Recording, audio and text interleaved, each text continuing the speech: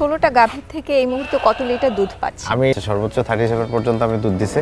একটি গাভীকে কতটুকু পরিমাণে খাবার দিচ্ছেন? ওর যদি 500 কেজি বডি ওয়েট হয় তাহলে ওকে 5 কেজি খাবার দিলাম ওর বডিটা মেইনটেইন করার জন্য।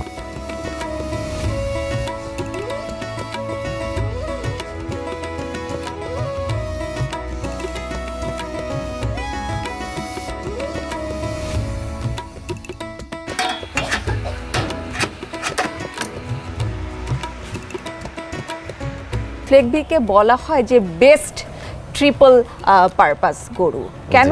ফ্রিজিয়ানের থেকে এভারেজ হচ্ছে 10% প্রোডাকশন বেশি, আবার হচ্ছে 10% হচ্ছে ফুড কম। এইটা ওর 4 নম্বর প্রেগন্যান্ট আছে, ওর 3টা বাচ্চা এখানেই আছে দাঁড়ানো। হ্যাঁ,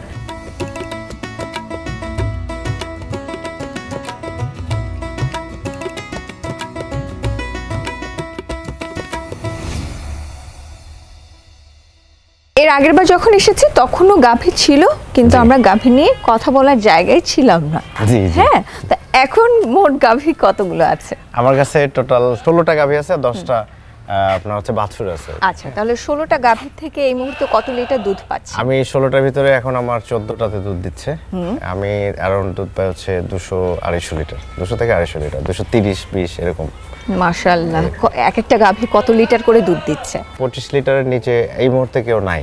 ছিল আরো 2-3টা গাভী ছিল যারা একটু কম দিত, তো তাদেরকে আমি হচ্ছে যে আউট করে দিয়েছি, কালিংয়ে পাঠিয়ে দিয়েছি। আচ্ছা, মাশাআল্লাহ, 25 লিটার করে দুধ পাচ্ছে এক একটা গাভী থেকে, তো মাশাআল্লাহ খুব ভালো। আলহামদুলিল্লাহ। আমি ল্যাকটেশন পিরিয়ডের পিকটা আমি ক্যালকুলেশন বলতে পারি আপনাকে, যে পিকটা আমার এখানে 37 পর্যন্ত পাইছি আমি। মাশাআল্লাহ, এটা হচ্ছে সর্বোচ্চ 37 পর্যন্ত আমি দুধ দিছে, এবং হচ্ছে এভারেজে গিয়ে আর 25-এর মতো আছে। হ্যাঁ, তার একটা বড় কারণ আমার কাছে মনে হয় আমরা যে খাবারটা বানাই এটাতে হচ্ছে যে ফুড নিউট্রিশন ভ্যালু যেটা, সেটা আলহামদুলিল্লাহ ভালো পাই আমরা। কারণ আমরা চেষ্টা করছি হচ্ছে যে ওর জন্য কার জন্য কতটুকু কি দরকার, একটা গাভী হচ্ছে যে 10 লিটার দুধ দিলে তাকে কতটুকু খাবার দিব, তার বডি ওয়েটটা কত, বডি মেইনটেনেন্স একটা পার্ট, আর হচ্ছে যে সে কতটুকু ওর কাছ থেকে আউটপুট নিলাম সেটার উপরে ডিপেন্ড করে তাকে ফুডটা আপনার হচ্ছে সরবরাহ করতে হবে। যদি এটা করেন তাহলে আপনি খেয়াল করবেন অনেক জায়গায় গাভী আপনি অনেক জায়গায় যান, আপনি দেখেন আস্তে আস্তে তার স্বাস্থ্যটা ডিক্রিজ করে যায়। কিন্তু আমার এখানে দেখেন দুধ আপনি ভালো পাচ্ছেন, হ্যাঁ, বাট হচ্ছে আমার গাভী ঠিক আছে। আপনি অনেক জায়গাতে আমি এরকম শুনেছি, ঢাকা শহরে কনসেপ্টটা এরকম যে যারা ছোট ছোট খামার করেন তারা হচ্ছে যে দুধ নিয়ে যাচ্ছেন, খাবার দিচ্ছেন না, আলটিমেটলি কি হয়, একটা দুটো বিয়ে মানে বার বাচ্চা নিয়ে তারপর হচ্ছে ছাগল মানে গরুটা হচ্ছে যে আপনার কাল করে ফেলে। ভাই, আমি ওই জায়গাটাতে একটু যেতে চাই।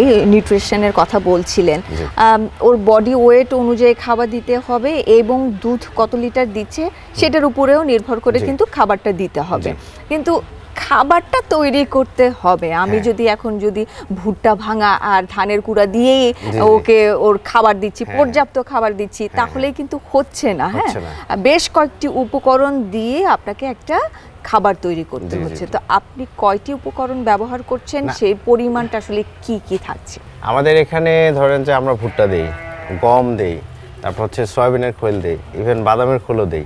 হ্যাঁ, তারপর হচ্ছে যে ডিওরবি দেই, তারপরে হচ্ছে যে আপনার ধানের কুড়া দেই, মুসুরির ডালের ছাট দেই, ডিপি পাউডার দেই, হ্যাঁ, রেসিপি দেই, তারপর হচ্ছে খাবার সোডা দেই, লবণ দেই।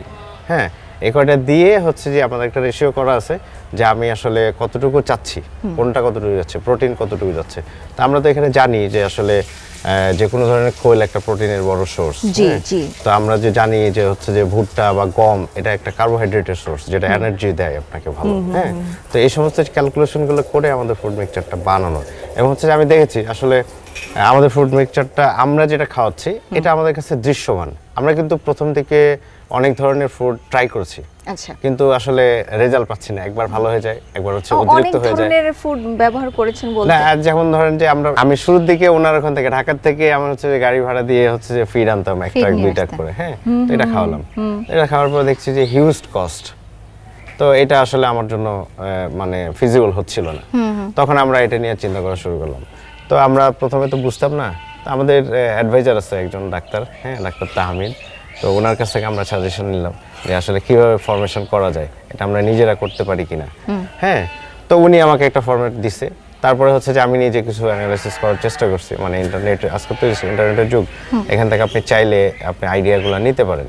তো এর পরে হচ্ছে যে আমি একটু স্টাডি করলাম যে আমার এখানে ইন্ডিভিজুয়ালি প্রত্যেকটার কি আছে, প্রোটিন কতটুকু আছে, হ্যাঁ প্রত্যেকটা। যেমন ছোলা এমন একটা বিষয় যে এই ছোলাটার ভিতরে আপনি সব ধরনের ভিটামিন মিনারেলস সবকিছু পাওয়া যায়, খুব রিচ একটা ফুড। তো এটার ভিতরে কতটুকু কি আছে সেটা আমার একটা এক্সেলে চার্ট করা আছে, এটা আপনি ইন্টারনেটে পাবেন। হ্যাঁ, আপনি এই চার্টটা নিলেন। এবার আসেন হলো ভুট্টার ভিতরে কতটুকু নিউট্রিশন আছে, সেটুকু কোনটা কতটুকু আছে সেটা আপনি একটা এক্সেলে দেবেন। এক্সেলে দেওয়ার পরে এবার আপনি চিন্তা করেন যে আপনার গাভীটার হচ্ছে যে ওর বডি ওয়েট কত, ওকে কতটুকু এনার্জি দিবেন, ওকে কতটুকু খাবার দিবেন, হ্যাঁ ও দুধ দিচ্ছে কত, এই ডাটা অনুসারে তো আপনি একটা রিকোয়ারমেন্ট পাচ্ছেন যে আমার এই দরকার। তখন আপনি এটা এক্সেলে পুট দেন যে আমি 15% নিব, তাহলে আমার কোন ইনগ্রেডিয়েন্ট কতটুকু দিতে হবে আমার অটোমেটিক আমাকে বলে দেয়, বের হয়ে যায়। তখন আমার হচ্ছে যে একটা গোডাউন আছে, একটা মিলে আছে, তো এই মিলে আমি হচ্ছে যে এটা বলে দেই যে আমাকে এখন এই খাবারটা বানাই দেবো। আমার মাল সব একটা গোডাউনে থাকে, তো ওরা ওই মিলের থেকে ভেঙে এনে আমাকে খাবারটা মিক্সিং করে, যে রেশিওটা বললাম এভাবে মিক্সিং করে ওরা আমার এখানে পাঠিয়ে দেয়। আমরা একটু শুনতে চাই যে আপনি বডি ওয়েট অনুযায়ী এবং যেগুলো দুধ দিচ্ছে দুধের জন্য তো আলাদা খাবার দিতে হয়, মিলিয়ে আসলে একটি গাভীকে কতটুকু পরিমাণে খাবার দিচ্ছেন? আচ্ছা, ওর যদি 500 কেজি বডি ওয়েট হয় তাহলে ওকে 5 কেজি খাবার দিলাম। এটা কোন পারপাসে যাবে? আমার ওর বডিটা মেনটেন করার জন্য। হ্যাঁ, এখন আমি ওর কাছ থেকে 10 লিটার দুধ পেলাম, তো 10 লিটার দুধের জন্য আমি তাকে 2 কেজি খাবার দেব প্রথম 10 কেজির জন্য। এরপরে ও যদি আমার 15 লিটার দুধ দেয় তাহলে আরও 1 কেজি খাবার বাড়বে, তাহলে কত হলো? 5 কেজি আর হচ্ছে 2 কেজি আর 1 কেজি, তাহলে আপনি 15 লিটার দুধের গাভীকে খাবার দেবেন হচ্ছে 8 কেজি। হ্যাঁ, এবং এটাকে 2 ভাগে ভাগ করে, হ্যাঁ 2 ভাগে ভাগ করে। তো এটা হচ্ছে যে আপনাকে ওইভাবে ক্যালকুলেশন করে আপনার যখন আপনি ধরুন 25 লিটার দুধ দিচ্ছে তাকে আপনি কতটুকু খাবার দেবেন, দুধ যত বাড়বে এই রেশিও অনুযায়ী খাবারটা বেড়ে যাবে। হ্যাঁ, এই আর কি, এভাবে আমি খাবার দিচ্ছি এবং আলহামদুলিল্লাহ আমি রেজাল্ট ভালো পাচ্ছি। একেবারে শুরু থেকেই তো আপনি 25 লিটার দুধ পাচ্ছেন না একটা গাভী থেকে, তো এটাকে আপনাকে চিন্তা করে ডেভেলপ করে করে নিয়ে আসতে হয়েছে যে আমি 25 লিটারের নিচে কোনো গাভী রাখবো না। তো 25 লিটারের গাভী নিয়ে আসতে হলে আমার এই জিনিসগুলোকে খামার থেকে বাদ দিতে হবে। সেই কোন জিনিসগুলো? আমার একটা কনসেপ্ট ছিল যেটা হলো গাভীর যদি ম্যাক্সিমাম প্রোডাকশন পাইতে চান আপনি দুধ বিশেষ করে, তাহলে তার বডি লাগবে। হ্যাঁ, এর একটা কনসেপ্ট আমার মধ্যে আছে। তো তার বডি দেখছি, তারপর আদার্স কিছু সাইন আছে যেগুলো হচ্ছে যে ফ্রিজিয়ান গাভীর ক্ষেত্রে আমরা বলছি যে এই সমস্ত সাইনগুলো থাকে, যেমন চামড়া পাতলা হবে, মাথা ছোট হবে, পিঠের দাড়িটা সমান হবে, হ্যাঁ পেছনের অংশটা দেখলে আপনি বুঝবেন। এরকম জিনিসগুলো আমরা খেয়াল করে করে গাভী কিনছি। আমরা গাভী কিনছি হলো ধরেন যে আপনার হচ্ছে নিউলি প্রেগনেন্ট, মনে করেন যে 7-8 মাস বয়সের প্রেগনেন্ট, আমি নিয়ে আসছি 1-2 মাস পরে আমার বাচ্চা দিছে, আমি এই স্টেজে গাভী কিনেছি প্রথম দিকে। আমার কাছে মেইন ইম্পর্টেন্ট জিনিসটা বলা হয়েছে যে গাভীটার হচ্ছে ফুডটা অনেক বড় ব্যাপার। আপনি অনেক জায়গাতে দেখবেন যে গাভী হিটে আসে না বলে, কনসিভ না করতে পারে, কিন্তু গাভী হিটে আসা না মানেই হচ্ছে আপনাকে বুঝতে হবে যে সামহাউ ওর কোনো নিউট্রিশনের ঘাটতির কারণে তার হরমোন ইমব্যালেন্স হচ্ছে। এটা যদি আপনি নিউট্রিশন যদি ঠিক থাকে, গাভী যদি ডিস্টার্ব না হয়, তাহলে পরে তার হরমোনের কোনো ধরনের কোনো চেঞ্জ হওয়ার সম্ভাবনা নাই, এক্সেপশনাল অন্য জিনিস। তো ইন জেনারেলি এরকমই বিষয়টা আমি যেভাবে দেখি। তো তাতে হচ্ছে কি আপনি গাভীকে যদি নিউট্রিশন ঠিক মতো দেন, ওকে যদি হচ্ছে যে মানে স্ট্রেস ফ্রি রাখেন, তাহলে ও গাভী আপনাকে পিসফুলি দুধ দিয়ে যাবে।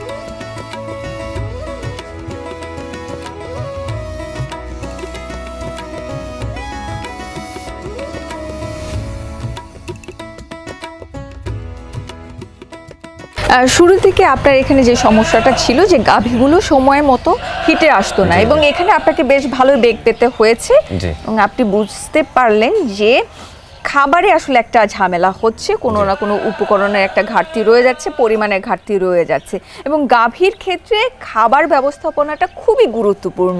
এবং এর পাশাপাশি অবশ্যই আপনি যখন একটি গাভী সংগ্রহ করছেন, সে জেনেটিক্সের একটা ব্যাপার থাকে, ভালো গাভী চেনার উপায় জানতে হবে, এগুলো তো অবশ্যই এর সাথে জড়িত রয়েছে। আচ্ছা, আপনি ফ্লেগবি নিয়েও কাজ করছেন, ওটা সম্পর্কে একটু শুনি। না আপু, এটা হলো যে আমি আপনার একটা প্রতিবেদন আমি দেখছি ফ্লেগবি নিয়ে, ইন ডিটেইল ছিল, তো আমার কাছে মনে হয়েছে যে এটা হইতে পারে, এটা নিয়ে কাজ করা যেতে পারে, কাজ করা যায় বা টেস্ট করা যায়। আমি এটাই শুরু করেছি। আমি 5টা গাভীকে আমি বীজ দিয়েছিলাম, এর মধ্যে 4টা গাভী কনসিভ করেছে, 2টা বাচ্চা অলরেডি হয়ে গেছে, আপনি দেখেছেন, আলহামদুলিল্লাহ ভালো আছে, খুবই সুন্দর, খুবই সুন্দর। আর হচ্ছে যে একটা বাচ্চা হবে এখন, আর একটা হবে আগামী মাসে ইনশাআল্লাহ। ইনশাআল্লাহ দেখি কি হয়, দেখা যাক, দেখা যাক। ফ্লেগবির একটা ভালো কিন্তু চাহিদা রয়েছে, এবং ফ্লেগবিকে বলা হয় যে বেস্ট ট্রিপল পারপাস গরু। কেন, কিভাবে? কারণ ও একাধারে আপনি যদি মাংসর জন্য করতে চান 1100 থেকে 1300 কেজি করা যাবে, এবং দুধও ভালো হয়, দুধের ফ্যাট থাকে প্রায় 4.2% থেকে 4.4% পর্যন্ত, এবং মিল্ক প্রোটিন পাওয়া যাবে একদম 3.5 থেকে 3. এবং প্রোডাকশনটাও হাই পর্যন্ত। ফ্রিজিয়ানের থেকে এভারেজ হচ্ছে 10% প্রোডাকশন বেশি, আবার হচ্ছে 10% হচ্ছে ফুড কম, খাবে কম 10%। তাহলে ইন বিটুইন আপনি দুটো মিলে কিন্তু আপনার হচ্ছে 20%। তো 20% অনেক ভালো না, অনেক বড় ব্যাপার। 20% আপনি একটা গাভী থেকে সেভ করতে পারেন, অনেক বড় ব্যাপার। আরেকটা বিষয় হচ্ছে যে আমাদের ফ্রিজিয়ান নিয়ে একটা প্রবলেম হয়। আপনি ফ্রিজিয়ানকে 100% বীজ আপনি যখন দিবেন, হ্যাঁ, তো ওর যে বাচ্চাটা হয়, তো ইনিশিয়ালি ওর বাচ্চাটাকে আপনার টেক কেয়ার করাটা বুঝতে হবে। যদি কেউ না বুঝে, তাহলে ওর বাচ্চাটা বাঁচবে না। ইভেন আমি নিজেও এত সতর্ক থাকার চেষ্টা করি, তারপরে আমার প্রথমে 5টা বাচ্চা মারা গেছে। তো ওটা যখন মারা গেছে, তখন আমি খুব কনসার্ন হয়েছি এটা নিয়ে। তো আলহামদুলিল্লাহ আমার কাছে 2-3টা কি পয়েন্ট আছে। যেমন ধরেন, আপনি দুধ খাওয়ার প্যারামিটারটা আপনাকে সেট করতে হবে। বাছুর কীভাবে নিচ্ছে এটা আপনি কীভাবে বুঝবেন? এটা আপনাকে হচ্ছে বাছুরকে আপনি দুধ দিচ্ছেন, ধরেন প্রথম দিন আপনি 2 লিটার বা 1 লিটার আপনি 3 লিটার দুধ দিলেন, পরের দিন তো 1.5 লিটার করে দিবেন। হ্যাঁ, তো 1.5 লিটার করে একটু কন্টিনিউ করেন, তারপরে 2 লিটার করেন, 2 লিটার কন্টিনিউ করেন। আপনি যেখানে গিয়ে দেখবেন যে বাছুরটা পাতলা পায়খানা করে দিল, আপনি ওখান থেকে 1/2 লিটার ব্যাক করে আসবেন, আপনার বাছুর ইনশাল্লাহ কিছু হবে না। আর যদি আপনি এর বাইরেও এই বাছুরগুলোকে, আমার প্র্যাকটিসটা হচ্ছে যে আমি বাচ্চাকে ফার্স্ট যখন সে জন্ম নেয়, আমি ওলানে লাগাই, দুধটা খাওয়াই নিলাম, এরপরে আমার গাভী তার বাচ্চাকে দেখে না। আপনার কাছে এটা হতে পারে যে এটা একটা অমানবিক বিষয়, বাট হচ্ছে এটা ওর জন্যই করা হচ্ছে। আপনি যদি গাভীতে ছেড়ে দেন বাচ্চা, তাহলে কি হবে, ও কতটুকু দুধ খাচ্ছে আপনি এটা মেজার করতে পারবেন না। সো আপনাকে কী করতে হবে, ফিডারে যেতে হবে। হ্যাঁ, ফিডারে যান, দুধটা পরিমাপ করে খাওয়ান, আর ওই যে বললাম প্যারামিটারটা সেট করবেন। ও যখন টয়লেট করে দেবে, ফার্স্ট টয়লেট করে দেবে, আপনি ওখান থেকে 1/2 লিটার ব্যাক করে আসেন, ইনশাল্লাহ আপনার বাছুরের কিছু হবে না। আরেকটা বিষয় হলো, ফ্রিজিয়ানের বাছুরের একটা রং কনসেপ্ট আছে, যেটা হলো যে ওর টেম্পারেচারটা একটু আফ থাকে। আমি যেটা পেয়েছি, আপনি দেখবেন 3, 3.5, 4 থাকে ছোটোতে, হ্যাঁ, কিন্তু আপনি অনেকে এটার জন্য মেডিসিন দিয়েই যাচ্ছে, আরে জ্বর আছে, হ্যাঁ, এটা কিন্তু খুবই খারাপ হচ্ছে। ওকে ছোটোবেলায় যদি আপনি এত মেডিসিন দেন, তাহলে তো গ্রোথ হবে না। হ্যাঁ, আমি নর্মালি ওষুধ দেই না এখানে। হ্যাঁ, আপনি আমার এখানে অ্যারেঞ্জমেন্টটা দেখছেন, গরম হবে, ফ্যান চলবে, কোনো সমস্যা নেই। ও ঠান্ডা লেগে যাবে এটা ভাবার কোনো কারণ নেই। শীতকাল আসছে, ওর উপরে বাল্ব জ্বলতেছে। হ্যাঁ, তো এইটা আপনাকে ম্যানেজমেন্টে শিখতে হবে, এই কয়েকটা জিনিস। আরেকটা বিষয় হচ্ছে যে পানি, আপনাকে প্রথম অ্যাটলিস্ট 2 মাস আপনাকে কোনো অবস্থাতেই বাছুরকে পানিতে দেওয়া যাবে না। আপনার গরুর সাথে ফ্লোরে রাখবেন, এই বাছুর জীবনে আপনি 100% বাছুর হলে আমি বিশ্বাস করি যে হবে না। এখন কেউ করতে পারে।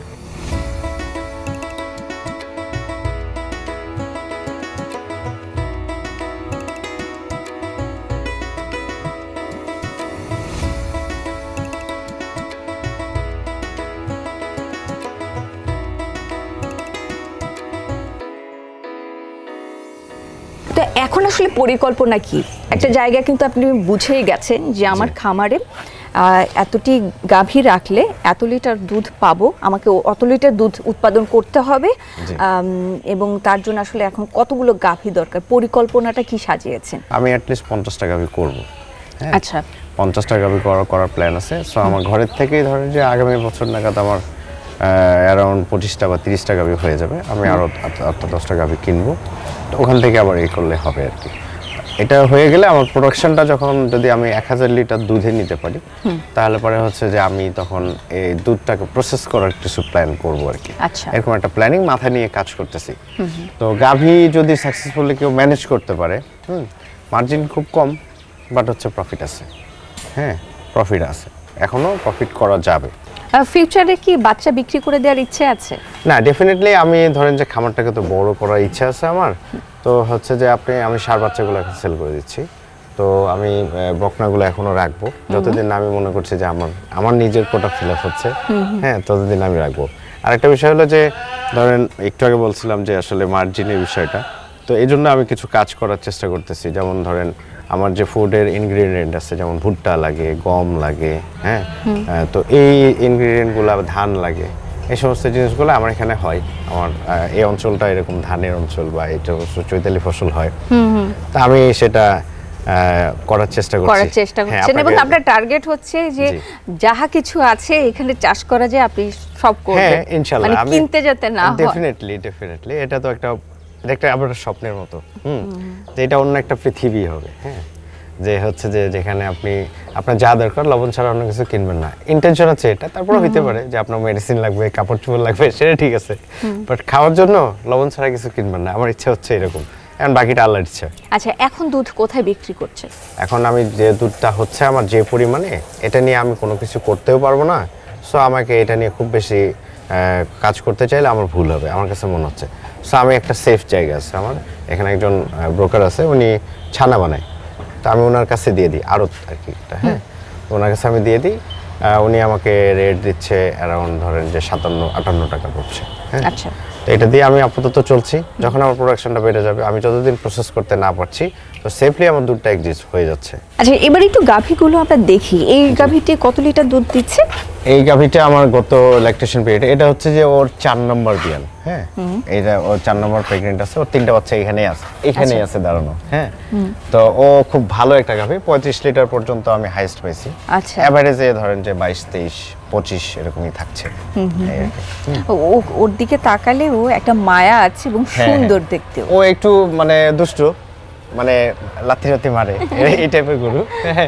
আর হচ্ছে যে ওর আলহামদুলিল্লাহ প্রোডাকশন ভালো, খুবই ভালো। ইভেন আপনি দেখেন ওর বাচ্চা ওই যে ওইটা চিনতে পারবেন না, ও একেবারে কর্নারটা। হ্যাঁ ও কর্নারটা, এবং হচ্ছে যে এই যে এটা, আচ্ছা হ্যাঁ মারাত্মক। ও আপনি গাভী দেখলে বোঝা যাবে না যে এটা হচ্ছে যে ওই লেভেলের গাভী। শীতকালে কি ধরনের পরিচর্যা নিচ্ছেন গাভীর জন্য? ও শীতকালে তো ধরেন যে শীতকালটা গাভীর জন্য ভালো, বাট আপনি জানেন যে আমাদের চাপের ওয়েদারটা হচ্ছে একটু এক্সট্রিম। এই গরম ঠান্ডাটা অনেক বেশি পড়ে, ঠান্ডাও বেশি গরমও বেশি। এত বেশি ওয়েদার ঠান্ডা হয়ে গেলে তো আবার সমস্যা। এই জন্য আমি দেখেন এই যে পর্দা দিয়ে রাখছি, এটা আপনার রাতে বেলা হচ্ছে যে আমি রাতে বেলা বলতে একটু লেট নাইটেই আমি এটা ফেলে দিই। হ্যাঁ সামনেরটা আমি উঠাই, পিছনেরটা শীতকালে আমি উঠাই না। আর এমনি সময় ভেন্টিলেশন থাকে, এটা একটা বিষয়। আর হচ্ছে যে গাভী এটা পর্দাটা ফেলে দিলে যে এনভায়রনমেন্টটা থাকে, এটাতে আমার কোনো সমস্যা হচ্ছে না। আচ্ছা মশা মাছি নিয়ন্ত্রণের জন্য?